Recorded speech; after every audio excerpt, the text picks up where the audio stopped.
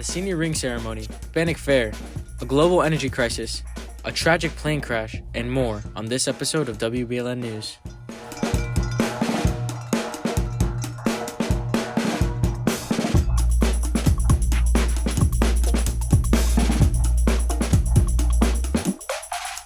What's up, Wolverines? I'm Lucas Bogardis. And I'm Matthew Beovides. And welcome to another edition of WBLN. This Friday is the Hispanic Fair from 7:30 to 9 in the evening in the Central Patio. The Hispanic Fair is a great opportunity to learn more about the Latin American culture present here in the Belen community. Plus, there's also going to be great food. The ring ceremony has been a part of Belen's long history, even dating back to Belen's roots in Cuba. The senior class is preparing for tonight's ring ceremony in the gym from 7:30 to 9.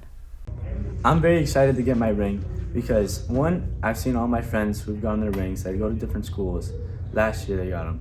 And I've also had a brother who went here when I was in 9th grade. And when I attended his ring mass, it wasn't the funnest thing for me, but I hope it's fun when I go. For the first time in almost 7 years, crude oil prices have soared to above $80 a barrel. This hasn't happened since late October 2014.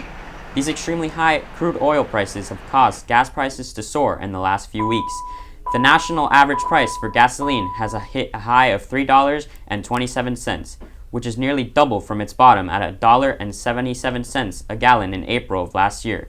Analysts say this global energy crisis will only continue to worsen as natural gas prices continue to skyrocket. Power plants and factories have turned to alternative solutions by using crude oil, with predictions for crude oil hitting $85 to even $95 a barrel, and China's issues with nationwide power outages and soaring energy prices, the global energy crisis to look as though it will negatively impact everyone. Yesterday afternoon, a small twin-engine plane crash-landed in a residential neighborhood inside San Diego County. The plane crash caused major fire damage to some houses, and authorities confirm that there are at least 2 people who died in the crash, one of them being the pilot. The other death was a UPS employee who had their delivery vehicle struck by the crash plane. 2 other individuals had sustained serious injuries from the crash and have been taken to the hospital. A Santee City fire official stated, "It's a pretty brutal scene." The plane had been identified as a twin-engine Cessna C-340, which had taken off from an airport in Arizona and is on its way to the Montgomery Gibbs Executive Airport in San Diego. The San Diego Sheriff's Office stated that the plane crash is under investigation.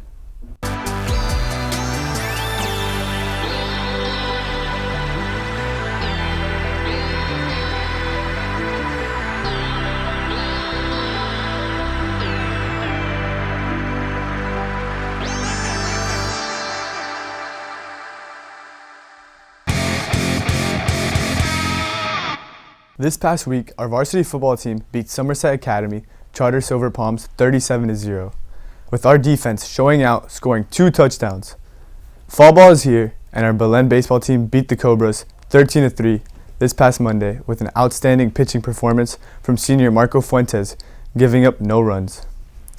Now, in the pros, the Red Sox beat the Tampa Bay Rays 6-5 in the division series, closing out the final game of the ALDS. We send it to in-house reporter Alfredo Diaz with more on the John Gruden saga. Thanks, Adrian. John Gruden has resigned as head coach of the Las Vegas Raiders. The move comes in the wake of a New York Times story detailing some of Gruden's emails from a 7-year period, ending in 2018. The paper says the coach used misogynistic and homophobic language. Gruden's emails also showed his disapproval of NFL Commissioner Roger Goodell. He made comments regarding the hiring of women refs, the drafting of gay NFL player Michael Sam, and accused Goodell of coercing owners into making decisions. Gruden was in the 4th season of his record-breaking 10-year, $100 million contract. The Raiders say assistant head coach and special teams coordinator Rich Bisaccia will step into the top job on an interim basis. Now back to Adrian with more in the NFL. Thank you, Fredo.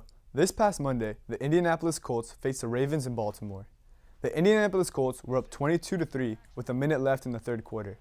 The Ravens picked up their game, scoring on their next 3 drives and blocking a game-sealing Colts field goal. The Ravens ended up winning in OT, completing a 19-point comeback. Now that's all for sports. Now back to the guys at the desk. Thank you, Adrian. Make sure to follow us on Instagram, YouTube, Facebook, and Twitter. And from all of us here, stay safe and stay golden, Wolverines.